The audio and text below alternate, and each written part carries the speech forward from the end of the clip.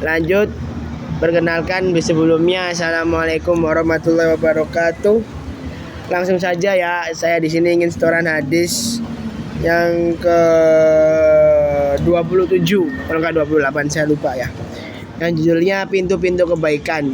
An Mu'ad bin Jabal radhiyallahu anhu qala qultu ya Rasulullah akhbirni bi amalin yadkhulul jannah wa yubaiduni an-nar qala laqad sa'altani an adim fa innahu la yasiru ala man yasarallahu alaihi ta'budallah wa la tusyrik bihi syai'a wa tuqimu shalah wa tuti zakah wa tasummu ramadan wa tahajjul bait summa qala ala adulluka ala abwabil khair as-saumul jannah wa saddaqa nutfi'ul khati'ah kama tudfi'ul ma'un nar wa sholatul rajul fi jawf lail qala summa tala tatajafa junubuhum anil madaji hatta balago ya'maluna summa qala ala ahbirka bi ra'sin amri kullihi wa amudihi wa dirwati sanamihi qultu bala ya Rasulullah qala ra'sul amril islam wa amuduhu shalah wa dirwatu sanamihi jihad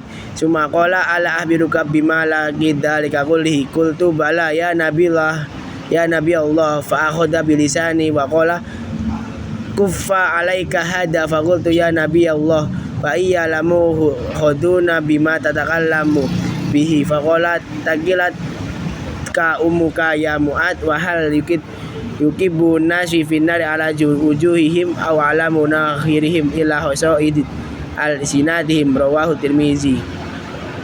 Dari Mu'ad bin Jabal radhiyallahu anhu, dia berkata, aku berkata wahai Rasulullah sallallahu alaihi wasallam, beritahukanku padaku amalan yang dapat memasukkanku ke dalam surga dan menjauhkanku dari neraka.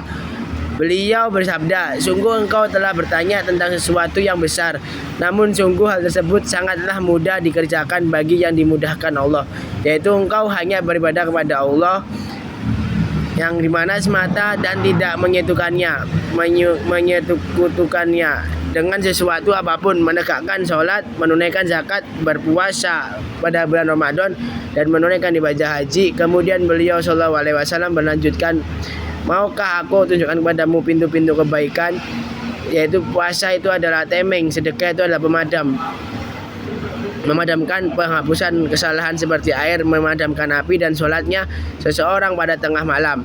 Lalu beliau membaca, lambung-lambung mereka jauh dari tempat tidurnya, dalam surat As-Sajdah ayat 16 sampai pada firman-Nya yang telah mereka kerjakan. Kemudian beliau sallallahu alaihi wasallam kembali bersabda, maukah engkau aku beritahu pokok urusan agama ini, tiangnya dan puncak tertingginya? Aku mengatakan, tentu wahai ya Rasulullah. Beliau melanjutkan, pokok segala urusan adalah Islam, tiangnya adalah sholat, dan puncak tertingginya adalah jihad. Kemudian beliau berkata, maukah aku beritahu tentang sesuatu yang bisa menguatkan semua itu? Aku menjawab, tentu wahai Nabi Allah. Maka beliau memegang lisannya, lidahnya, dan bersabda, tahanlah, jagalah ini. Aku bertanya lagi, wahai Nabi Allah, apakah kita akan disiksa disebabkan apa yang kita ucapkan? Beliau sallallahu alaihi wasallam bersabda, alangkah sedihnya ibumu kehilanganmu, wahai Mu'ad. Bukankah manusia itu dilemparkan ke dalam neraka dengan wajah tersungkur, tidak lain disebabkan hasil panen apa yang mereka peroleh dari lisan mereka. Hadis riwayat Tirmizi. Tentang Allah telah menetapkan kewajiban-kewajiban. An Abi Sa'labah Sayyi Hursum bin Nasir radhiyallahu anhu an Rasulullah sallallahu alaihi wasallam qala innallaha farada faraid fala tudayyuha wa hadda hududan fala ta'duduha wa harrama asya fala tantahibuha wa sakata an asya rahmatan lakum khairan nisyan fala tabhasu anha rawahu Daruqutni wa khairuhu. Yang artinya dari Abu Sa'labah Al-Husani Jursum bin Nasir radhiyallahu anhu, dari Rasulullah sallallahu alaihi wasallam bersabda, sesungguhnya Allah telah menetapkan berbagai kewajiban, maka janganlah kalian menyia-nyiakan kewajiban itu. Dia telah menetapkan batasan-batasan hukum, maka janganlah kalian melampauinya. Dia telah mengharamkan beberapa hal, maka janganlah kalian melanggarnya. Dan Allah mendiamkan beberapa perkara sebagai bentuk rahmat atau kasih sayang bagi kalian, bukan karena lupa. maka janganlah kalian membahasnya, mencari-cari hukum-hukumnya. Hadis riwayat Daruqutni dan lainnya. Hadis selanjutnya, perintah untuk bersifat zuhud.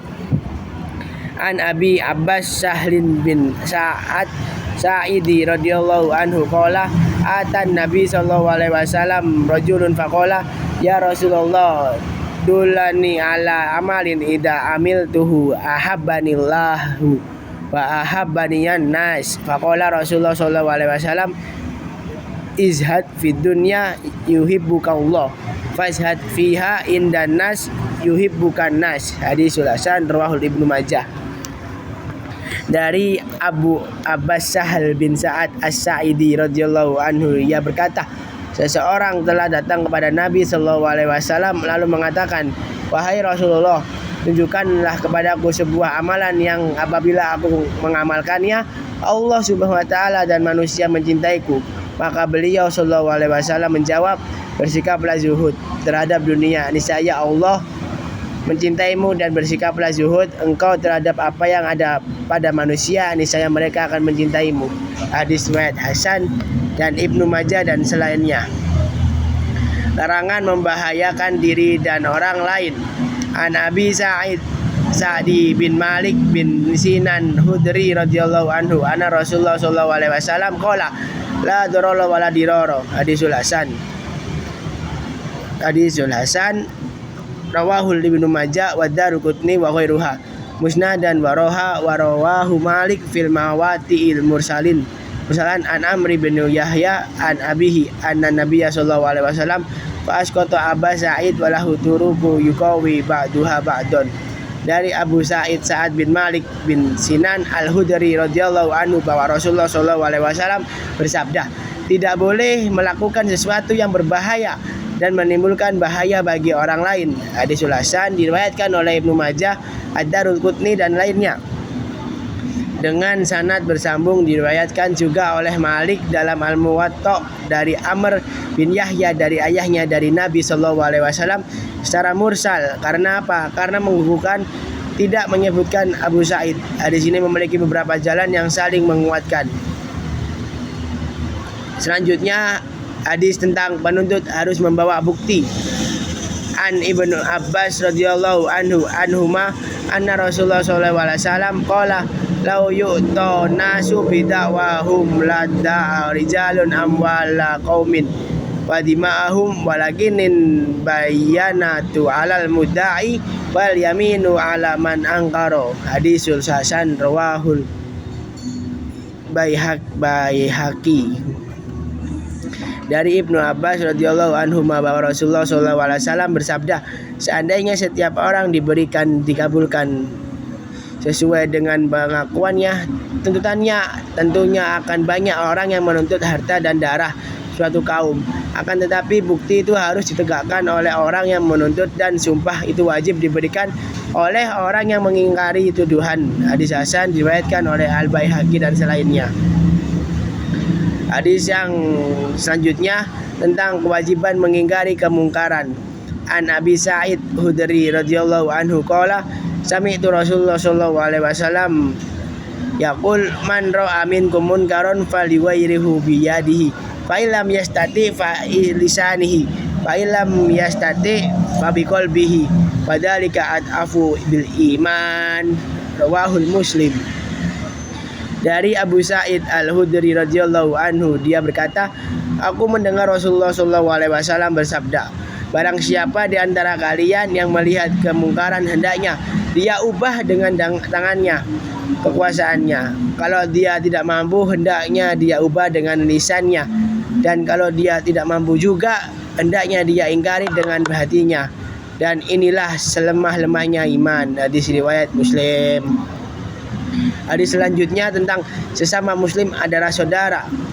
An Abi Hurairah radhiyallahu anhu qala Rasulullah sallallahu alaihi wasallam la tahasadu wa la tanajasu wa la tabaghadu wa la tadabaru wa la yabi'i ba'dukum ala bai' ba'din wa kunu ibadallah ihwana.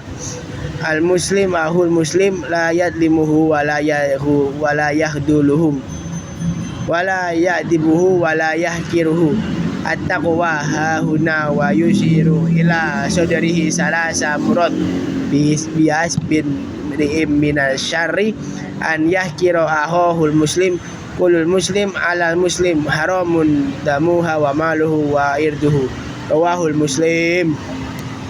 Yang artinya dari Abu Hurairah radhiyallahu anhu, dia berkata, Rasulullah shallallahu alaihi wasallam bersabda, janganlah kalian saling dengki, melakukan najasyi, saling membenci, saling membelakangi, dan sebagian dari kalian menjual apa yang dijual saudaranya. Jadilah kalian semua hamba-hamba Allah yang bersaudara. Seorang muslim adalah saudara bagi muslim yang lain, sehingga dia tidak boleh menzaliminya, mengkhianatinya, mendustakannya, dan merendahkannya. Takwa itu letaknya di sini, sambil menunjukkan ke dadanya sebanyak 3 kali. Cukuplah seseorang itu dalam kejelekan selama dia merendahkan saudaranya sesama muslim. Setiap muslim terhadap muslim lainnya haram dan terjaga darah, harta, dan kehormatannya. Hadis riwayat Muslim. Sekian dari saya, kurang lebih mohon maaf. Wassalamualaikum warahmatullahi wabarakatuh.